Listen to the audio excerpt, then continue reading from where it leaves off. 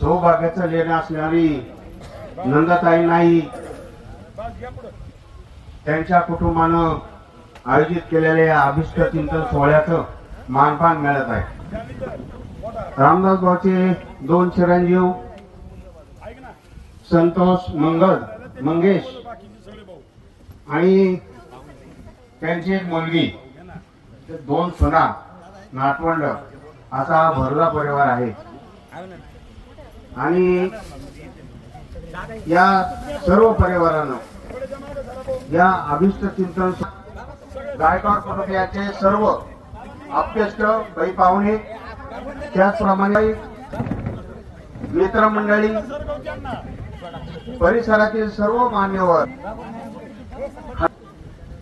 किती मोठा हा सोहळा आहे आणि या सोहळ्याच्या निमित्ताने किती जनसमुदाय